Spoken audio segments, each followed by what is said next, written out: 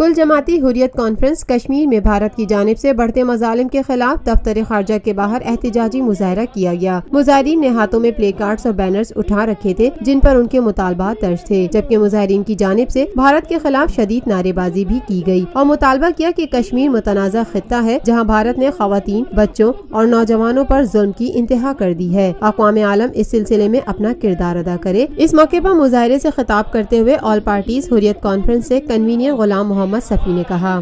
جو استحصال، جو دوست دھاندلی بھارت مقبوضہ کشمیر میں روا رکھے ہوئے ہے، دنیا جانتی ہے کہ جموں و کشمیر بھارت کا حصہ نہیں، ایک متنازع خطہ ہے، لیکن اس متنازع خطے میں کس طرح بچوں کو، نوجوانوں کو، خواتین کو اور 80 سالہ بوڑھے افراد کو ظلم و ستم کا نشانہ بنایا جا رہا ہے، پیلٹ گنوں کا نشانہ بنایا جا رہا ہے، بربریت کا نشانہ بنایا جا رہا ہے،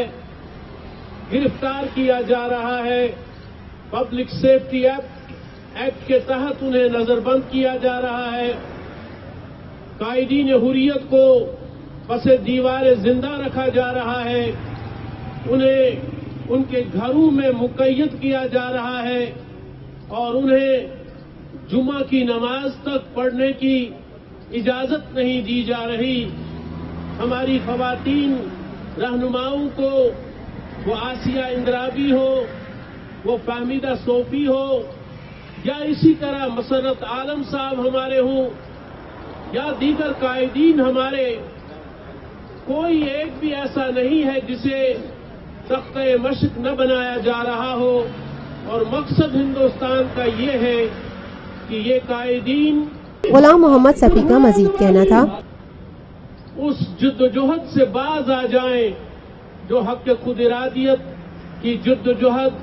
وہ گزشتہ 7 دہائیوں سے کرتے آ رہے ہیں۔ ایک نیا عنصر جو ہندوستان نے اب اس ظلم و جبر میں داخل کر دیا ہے، وہ انہی کے ایک ریٹائرڈ جنرل کے الفاظ میں اگر سنا جائے، دیکھا جائے،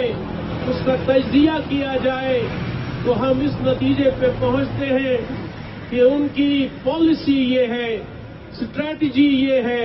حکمت عملی یہ ہے کہ وہ حریت کانفرنس کو عوام میں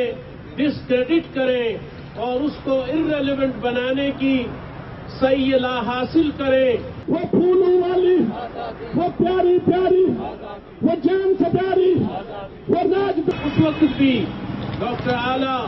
تحریک آزادی کشمیر کا علم سنبھالے ہوئے تھے، وہ انتقال کر چکے ہیں، اور ہم سبھی کی یہ خواہش ہے کہ ہم ان کے جنازے میں جو مظفر آباد میں ہو رہا ہے، ہم اس میں شریک ہوں اور اپنا خراج عقیدت ہم اس قابل اور کشمیری سپوت کو پیش کریں۔ تو اس لیے آج کا یہ پروگرام ہم بہت ہی مختصر کر رہے ہیں، لیکن آج کے اس پروگرام میں ہم ان کو خراج عقیدت بھی پیش کریں گے اور اللہ تعالی سے دعا بھی کریں گے کہ اللہ تعالیٰ ان کی قربانیوں کو اپنی بارگاہ میں قبول فرمائے، اور انہوں نے جو ہجرت کی وہ راہ حق پہ گامزن رہے، اللہ تعالیٰ ان کی ہجرت کو قبول فرمائے، ان کی کاوشوں کو قبول فرمائے، ان کے پسماندگان کو صبر جمیل عطا فرمائے، اور انہیں جنت الفردوس میں اعلیٰ مقام عطا فرمائے، اور جتنے بھی شہداء کشمیر کے ہیں اللہ تعالیٰ ان تمام کی شہادتوں کو قبول فرمائے، اور ان کی شہادتوں کے صدقے ہمیں ہندوستان سے آزادی نصیب ہو، اور وہ وقت بہت قریب آ جائے جب ہم پاکستان کے ساتھ مل کے آزاد فضاؤں میں سانس لے رہے ہوں۔ ربنا تقبل منا انک انت السمیع العلیم۔ Lotus Lake Towers, a groundbreaking endeavor by Lotus Properties.